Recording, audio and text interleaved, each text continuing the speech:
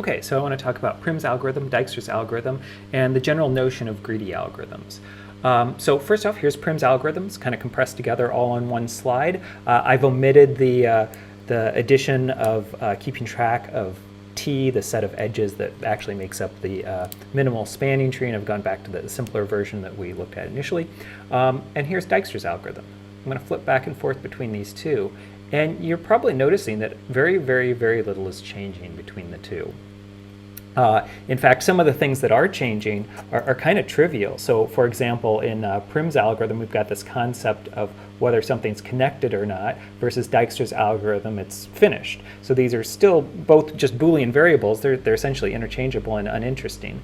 The thing of note here that's actually worthwhile is this component right here. This is what does change between Prim's algorithm and Dijkstra's algorithm. This is basically the approach to the concept of relaxation. So they're using slightly different approaches to do this idea of relaxation. Okay, so that's really kind of the key difference between these two algorithms, just what they're using for priorities in the priority queue and how they update those priorities. Okay. The addition of keeping track of the edges to Prim's algorithm is not really all that significant. In fact, it's all really simple operations like creating a set and adding items to a set, which, by the way, are both constant time operations, or can be. Okay, so let's talk about Prim's complexity. So it's essentially the same as Dijkstra's complexity. If we are keeping track of those edge weights, we could use like a hash set, for instance, that typically has constant time. So if we're using an adjacency list, a binary heap, and possibly a hash-based set, we can end up with the exact same complexity that we had in Dijkstra's algorithm, which is the product of the number of vertices plus the number of edges times log of the number of vertices. Okay, let's talk about the other similar algorithms. So these two algorithms, what they have in common is they're both considered to be greedy algorithms. So they're greedy in the sense of they make the best choice based on what's known now. And one of the hallmarks of that is that there's a priority queue, or in the case of both Dijkstra's and Prim's, an adaptable priority queue where we can change priorities of items in the priority queue. So that priority queue is really what's being used to handle this idea of making the best choice or the greedy choice. So in Prim's algorithm, as we're expanding outward, we're making choices of just the edges that we have seen from one of the vertices that's available to us. There are some unknown edges out there. In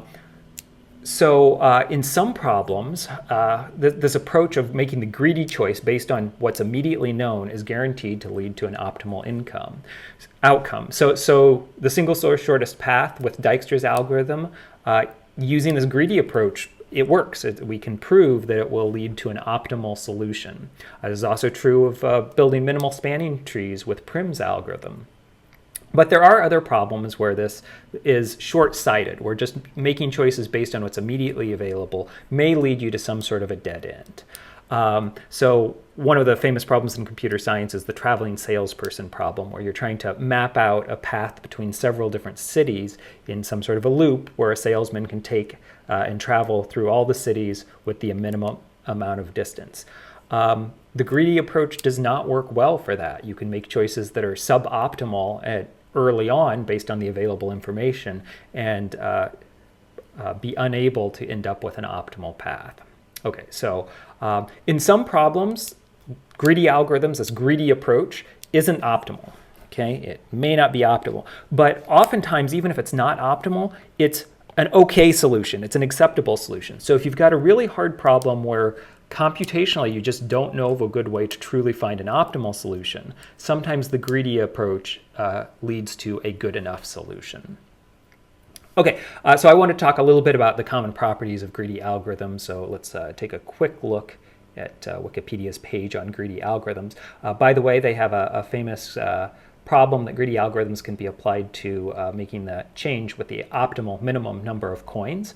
It turns out this is actually kind of dependent on the particular coins you have available to you. It's possible to have a currency that has certain coins in it where the greedy approach does not work, but in many types of currency, including the typical sets of coins we have in the US, today anyway, the greedy approach will lead to an optimal choice. Okay, so Greedy algorithms tend to have these 5 components. You've got some sort of candidate set from which solutions are being created. So in Prim's algorithm, that candidate set is kind of the combination of a vertex that we want to add and the edge that we will use to add that vertex. You have some sort of a selection function which chooses the best candidate. So we were using a priority queue. In both Prim's and Dijkstra's, they were both minimization problems, so we were using a min priority queue to select the best of the available options. In some problems, you have a feasibility function that's used to determine if a candidate can contribute to a solution. So back to the example of making change, if you're trying to make 40 cents in change, you're going to be thinking about what coins you're going to be adding in order to make your change. And you may get to a point where you add a coin that exceeds your target. Maybe you add a coin and you exceed 40 cents. In that case, you would reject it and you would maybe move on to other candidates in your set to potentially add. Okay, you also often have some sort of an objective function. The objective is the objective of the overall optimization process. So in Prim's algorithm, the objective is to create this minimum spanning tree. So the thing you're trying to optimize is the sum of all of the weights in your solution. Okay, and sometimes there's a solution function that determines if you actually accomplish your solution. In both Prim's and Dijkstra's algorithm, it's essentially when we're out of vertices in our priority queue.